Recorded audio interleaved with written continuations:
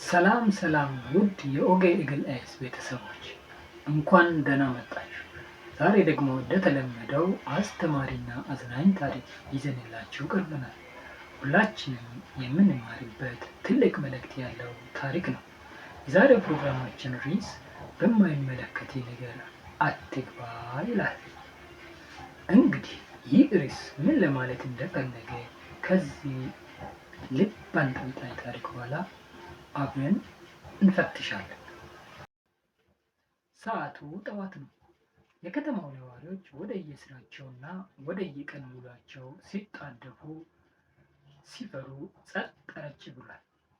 ሰዎች የጠዋቱን ሩጫቸውን እያደረጉ፣ አንዳንዶቹ ደግሞ ለቁርስ የሚሆን አስቤዛ ለመግዛት ወደ ቅርብ ሱቅ ይሄዳሉ።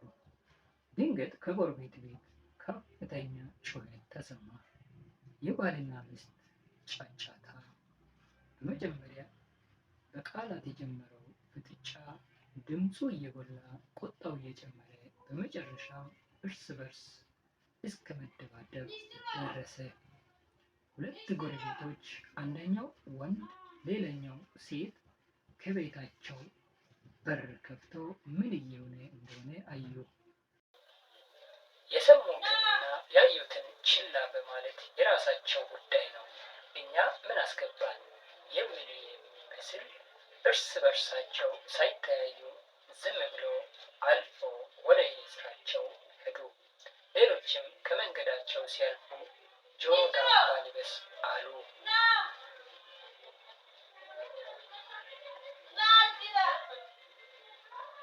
ነገር ግን አንድ የሰፈሩ ወጣት ልጅ ነበር፣ ንጹህ ልቦና ያለው፣ ሌሎችንም የመርዳት ፍላጎት ያለው። የእነዚህ ባልና ሚስት ትግል ሲመለከት ልቡ ሊታገስ አልቻለም። በእንደዚህ አይነት ነገር ውስጥ መግባት ምን ያህል አደጋ እንደሆነ ባያውቅም እነሱን የማስታረቅና ሰላም የማስፈን ጥልቅ ፍላጎት በውስጡ ተፈጠረ። ወዲያውኑ ወደ ተጣሉበት ባልና ሚስት ቤት ቀረበ።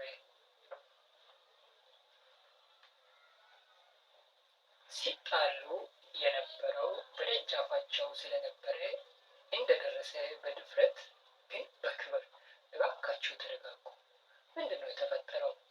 ለምንድን ነው የምትጣሉት? ብሎ ድምፁን ከፍ አድርጎ ለመከላከል ሞከረ።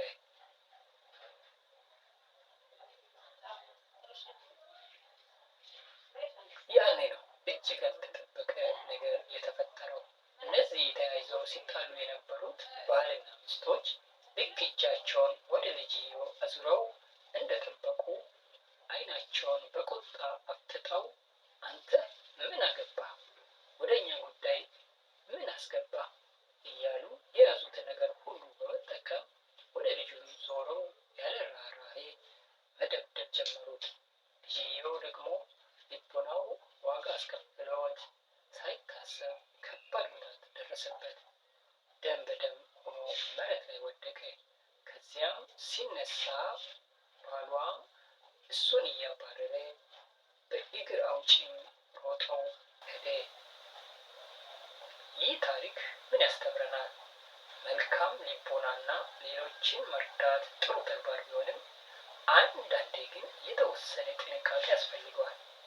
ይህ ልጅ ባልና ሚስቱን ለመርዳት ፈልጎ ነበር።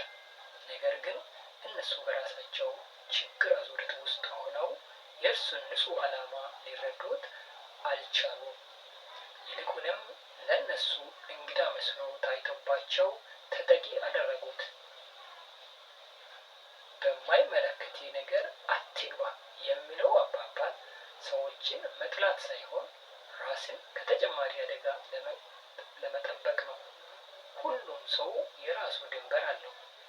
አንዳንዴ የሌሎች ሰዎችን ድንበር መተላለፍ ምንም እንኳን መልካም ዓላማ ቢኖርም ያልተጠበቀ መዘዝ ሊያስከትል ይችላል።